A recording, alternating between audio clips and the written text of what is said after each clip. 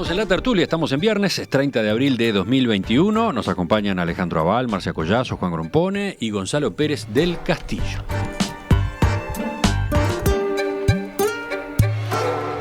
El pasado 11 de abril se cumplieron 60 años del juicio en Jerusalén al criminal nazi Adolf Eichmann, que permitió al mundo entero escuchar el testimonio de muchos sobrevivientes del genocidio judío.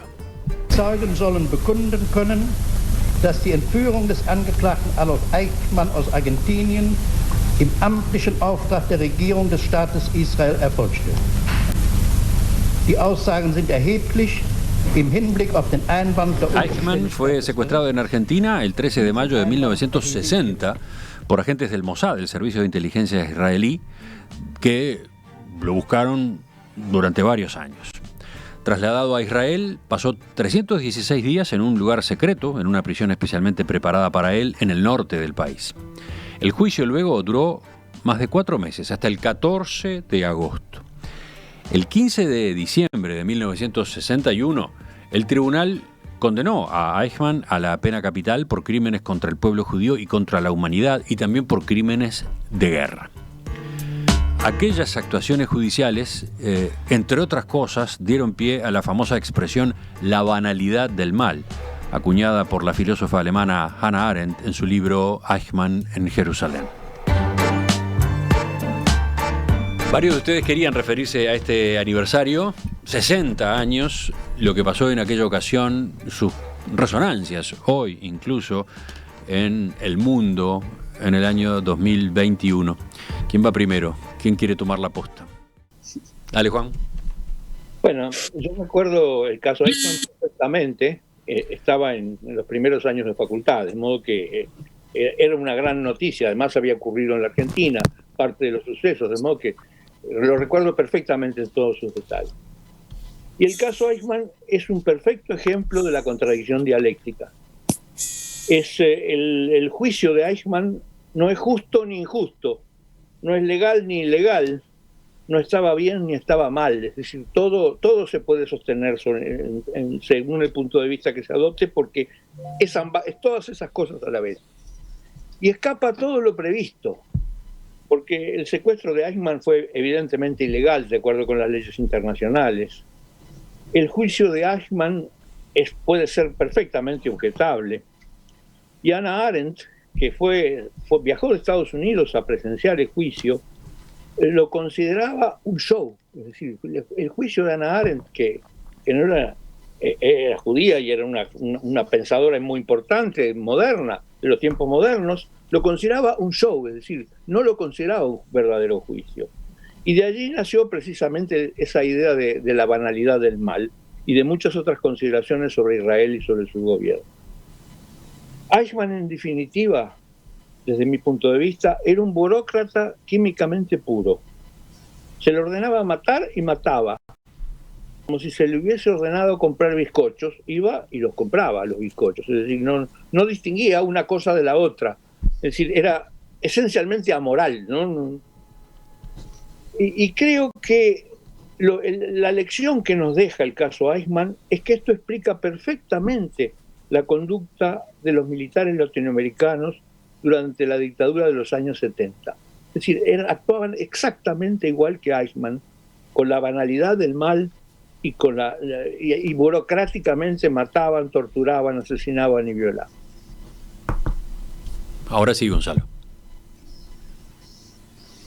Sí, como antes estábamos hablando de religión, yo tengo una sola religión, que es no hacerle a los demás lo que no te gustaría que te hagan a ti. Muchas veces eso no es posible, a veces lo haces, pero eso es lo que rige mi conducta moral. Eichmann era un ser humano absolutamente despreciable, porque es inconcebible que un ser humano pueda llegar a cometer esos actos atroces y bárbaros de mandar millones de niños a ser exterminados a plena conciencia y simplemente porque recibió la orden. Es decir, esa persona no tiene la más mínima noción de lo que para mí es mi concepto religioso. Vos no podés hacer cualquier cosa. En la vida llega un momento en que vos tenés que preguntarte si la actitud que tenés que tomar es justa, más allá de si sea cómoda o conveniente para ti. Y este señor no tenía la más pálida idea de eso. No tenía ninguna moral. Era un amoral, ni siquiera inmoral, era un amoral, como dice Juan. Pero yo soy mucho más severo con él, en ese sentido. Ahora, yo estoy en contra de la pena de muerte, no por respeto al condenado, sino por respeto a nuestros valores. Matás a una persona, te pones a la misma altura que él.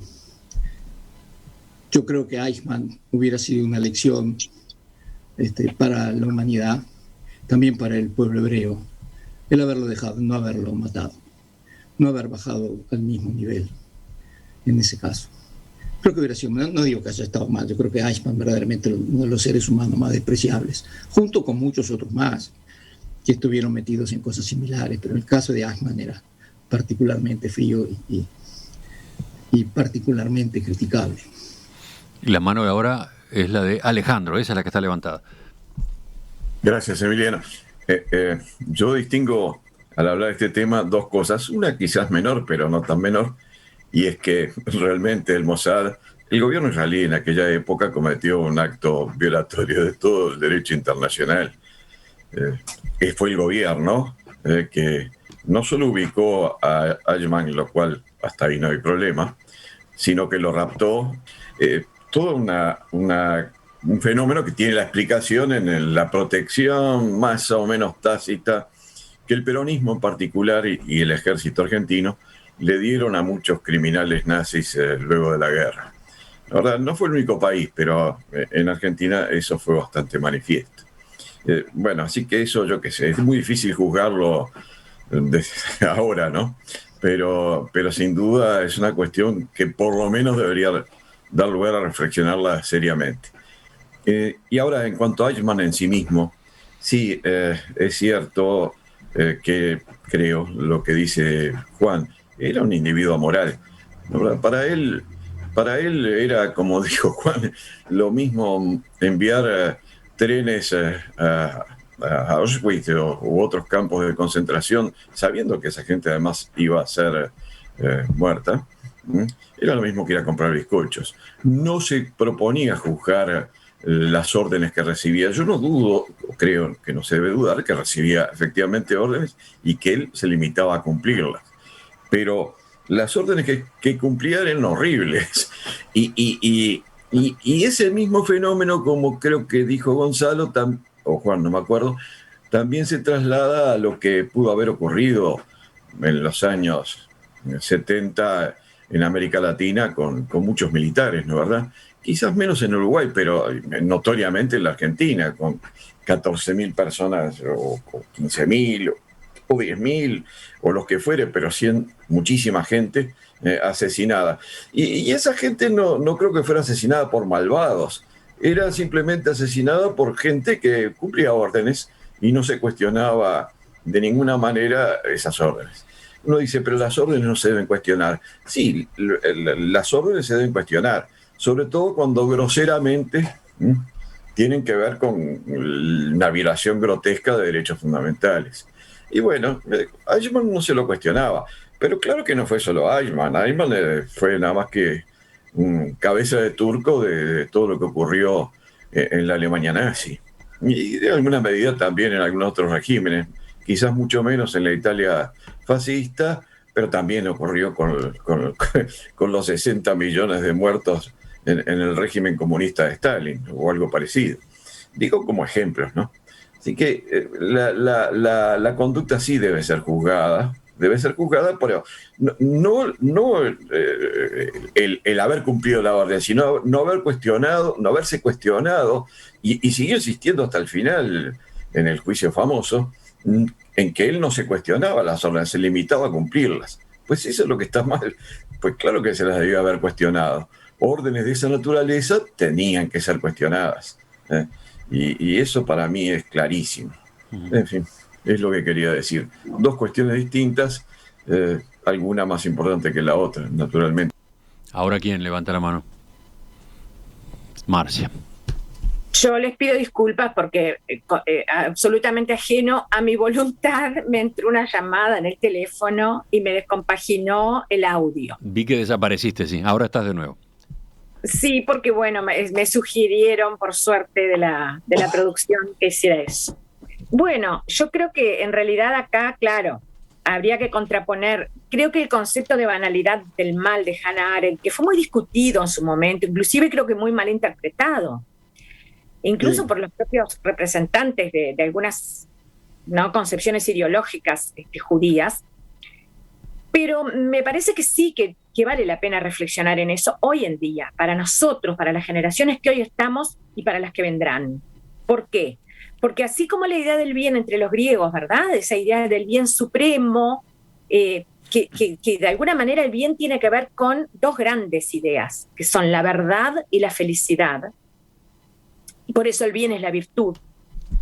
Así también el mal tiene su lugar en la narrativa nuestra, ¿no?, en la narrativa de Occidente, como justamente la destrucción suprema, como todo aquello negativo, que se ve como que, bueno, los malos supremos tienen que ser algo así como genios del mal, ¿no? Genios. Y Eichmann no era ningún genio. Se demostró enseguida. Yo creo que en el fondo quedaron un poco desilusionados, ¿no?, los que seguían el proceso cuando vieron. Quedaron como en estupor, supongo. Incluso algunos llegaron a mencionar esas palabras. Cuando vieron este hombre que no reaccionaba a nada, pero que tampoco defendía ese mal acérrimo, ese mal absoluto. No defendía ni siquiera la posición ideológica de los nazis. Entonces, claro, quedaron horrorizados doblemente. Un poco por lo que decía recién Alejandro, obedecer órdenes que eran terribles en sus contenidos. Así, impávidamente, porque se lo mandaban. Y por el otro lado, también es horrible esa especie de desconocimiento o ignorancia de su propia labor y de lo que estaba detrás de su propia labor. Entonces, bueno, también la banalidad del mal tiene que ser una especie de llamado a los pueblos, a las personas, a los seres humanos, a los gobiernos y a todas las instituciones, a vigilar sus propios pasos, vigilar sus propias actitudes. Cada uno de nosotros, en una calle de barrio, en una villa del interior, en un cuartel, obviamente, en una institución educativa, en todos lados, en las instituciones de gobierno, vigilar permanentemente. Acá quiero recordar de vuelta la moral kantiana. La moral kantiana en ese sentido me parece que es una piedra de toque indudable. No puedo hablar de la moral kantiana porque no me da el tiempo, pero aquello del imperativo categórico pasa por someter el juicio moral a un riguroso dictamen racional. Entonces, si yo no someto la acción moral que voy a emprender a un riguroso dictamen racional, y bueno, entonces no debería ni siquiera ensayar esa acción. Gonzalo.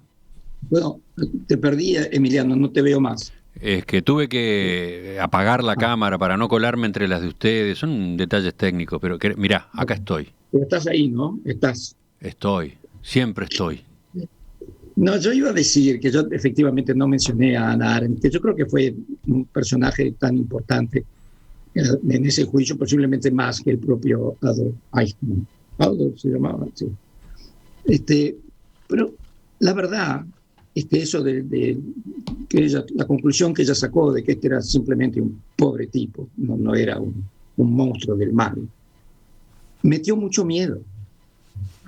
Metió mucho miedo a todo el mundo, porque significaba que no necesitaba ser un psicópata, un Jack el Destripador para desatar esas barbaries contra la humanidad, que podía ser un pobre infeliz como este, simplemente perteneciendo a una organización que por algún motivo se le ocurre que hay una solución final para el pueblo judío. Y vos simplemente seguís las órdenes. Sí, mira, acá tengo mensajes como el de Ignacio que dice: en plena guerra, desobedecer una orden del régimen nazi era ganarse un pase directo e inmediato al paredón de fusilamiento. Sí. No quita que repugnen los horrores cometidos, pero venganza no es lo mismo que justicia, señala. Por otro lado, Gustavo también pregunta, ¿qué le hubiera pasado si no obedecía las órdenes? Podía pedir la baja, por ejemplo. Sí, Claro, Emiliano, eso en medida menor se nos ha presentado a todos nosotros, a todos, y a la mayor parte de la gente de la audiencia, en nuestra vida, que vos tenés que, hay ciertas cosas que vos decís, no, yo acá no. Pero Emiliano, no es que este hombre haya cuestionado ese argumento, no, él dijo que en realidad obedecía la orden porque la obedecía. Nunca dijo obedezco porque si no me mandaban fusilar. No, para él había que obedecer y estaba bien. No lo dijo, fue un imperativo imposible de resistir. No, él dijo, yo tenía que obedecer órdenes, nada más, punto. Es distinto, lo señalo en atención al mensaje de ese oyente. Sí, había varios en ese sentido, yo leí dos nada más, pero está bueno, está perfecto que hagas esa puntualización. Seguimos, ¿quién estaba hablando? Gonzalo. Pues sabes que yo discrepo con eso, Alejandro, me parece que no es cierto. Yo no creo que este tipo simplemente siga órdenes y no pensaba en lo que... Él sabía perfectamente lo que estaba haciendo. No creo que no, sinceramente no. Pero yo no digo que no creyera lo que pasó. Permíteme, y lo hice. No.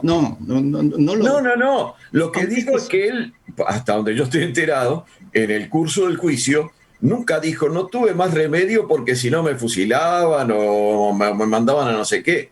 Él dijo, lo hice porque estaba bien, tenía que obedecer la orden y punto. No es que lo haya hecho porque no podía resistir la orden pese a que a él le parecía mal. No, él dijo, a mí me parece bien que debía cumplir la orden, punto. Eso es lo que entiendo que ocurrió. Pero bueno, no. Está bien, pero es una muy buena excusa para hacer cualquier barbaridad en la vida también. No, es que me parece horrible, pero ese es otro tema. Por supuesto, claro. Bueno, vuelvo a la audiencia. Sole, desde Maldonado, se refiere a Eichmann y dice, era un burócrata, eso presentaba Arendt, el llamado de atención sobre el peligro de los burócratas. Bueno, yo creo que este tema me río porque la burocracia es perversa, pero no creo que tanto. Creo lo mismo, estoy de acuerdo con Marcia. Pobres burócratas, los estamos... No, era mucho más que un burócrata. Sí, pero yo pero mirá que a los pequeños burócratas se le presentan pequeños problemas en los cuales ellos también tienen que decidir si están haciendo lo justo o están haciendo lo que más les conviene, porque con eso sacan una promoción. Entonces no es que el fondo del tema es que vos tenés que tener una conciencia moral y vos tenés que saber lo que está bien y lo que está mal. Y cuando llega una orden que está mal, tenés que decir no. Si me permiten, ahí Gonzalo, justamente en la línea de lo que tú estás diciendo, yo vuelvo a Kant con un minuto de reflexión nada más. Kant justamente dice que en el ser humano existe una conciencia moral, que viene a ser algo así como esa razón, de la razón pura teórica, ¿no?, que logra ver la realidad a través de los fenómenos, la observación, la investigación, etcétera, etcétera. Todo eso, lo propio del método científico, lo dejamos en otro lugar. En el ámbito de la razón pura práctica, dice Kant, justamente conocemos a través de la conciencia moral. La conciencia moral es un hecho, dice Kant, es un hecho indiscutible, lo tenemos todos, desde niños, desde que nacemos. La conciencia moral, saber lo que está bien y lo que está mal. Eso también tiene que ver con este tema. Los dejó pensando todos. Sí, bueno, lo de la conciencia moral es una cuestión altamente discutible, porque también la moral va cambiando según los tiempos y los lugares. Juan, levanta la mano Juan ahora. La moral, yo creo que por empezar es adquirida en la educación de la primera infancia, y tiene que ver con lo social, es decir, lo que era moral para Esparta clásica, no es moral para nosotros. Así que eso pasa así. Lo que puede ser moral para los chinos del imperio Song, por ejemplo, no es lo mismo que para nosotros. Yo lo que creo es que, en definitiva, la respuesta para el burócrata el burócrata que le mandan comprar bizcochos y no le quiere, es renunciar. Es decir, creo que yo he renunciado muchísimas veces a muchísimas cosas debido a que no estaba de acuerdo con lo que se pensaba hacer. Entonces, simplemente, si no estoy de acuerdo, entonces me voy. Punto. Correcto. Para terminar, les agrego este mensaje que de algún modo, no sé, complica un poco lo que hemos estado discutiendo. Ya se los agrego. No es fácil el manejo de los mensajes de WhatsApp porque van, vienen, saltan cuando entran otros. Bueno, acá está el que buscaba. Matías dice: el problema que tiene ese concepto de la banalidad del mal es que requiere creer en las declaraciones de un criminal ante un tribunal. Y si Eichmann pudo matar como mató, bien pudo también armar un discurso que lo excusara. O sea, la fuente para sostener todo ese concepto es una fuente no confiable. ¿Qué dicen de ese argumento? No, porque justamente la reflexión de Hannah Arendt es una reflexión filosófica.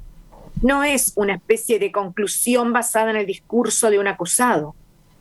Trasciende ampliamente lo que puede ser el discurso, que sin duda, estoy de acuerdo con el oyente, en buena medida puede haber sido orquestado por Eichmann para parecer, discúlpenme la expresión, pero para parecer un poco tonto, si se quiere. Uh-huh. Un poco no consciente de la gravedad de sus actos. Y después, pero ese discurso...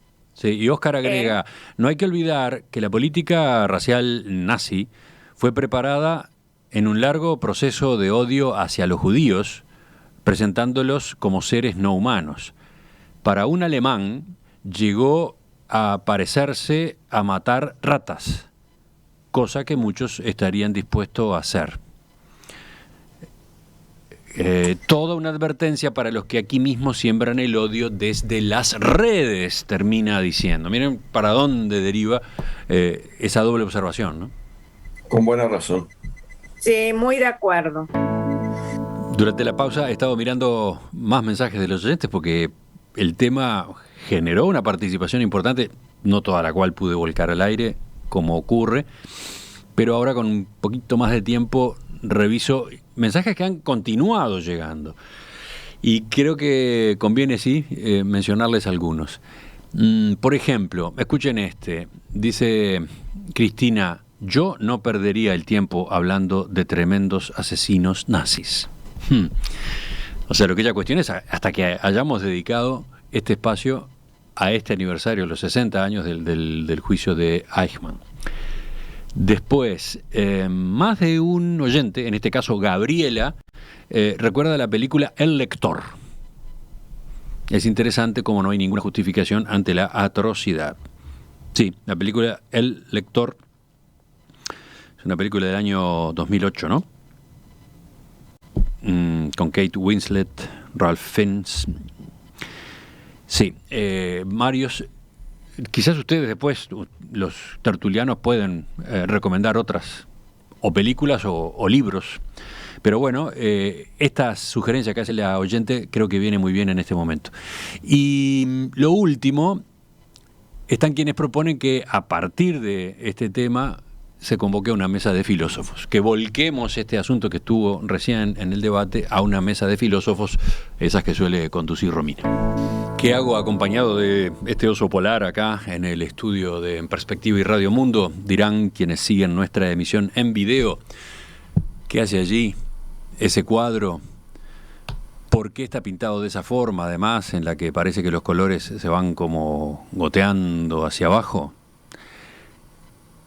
El autor de esta semana en el ciclo Arte UI en Perspectiva se llama Alejandro Muguerza y tiene una serie de trabajos que justamente se apoyan en grandes animales. Ahora, la técnica que utiliza, que tiene su base en pintura acrílica, tierra de colores, cerámica fría y barniz, se conecta bastante con lo que quiere decir, ¿no? Con este oso, con ese rinoceronte que ustedes están viendo, o con el gorila que aparece en otros.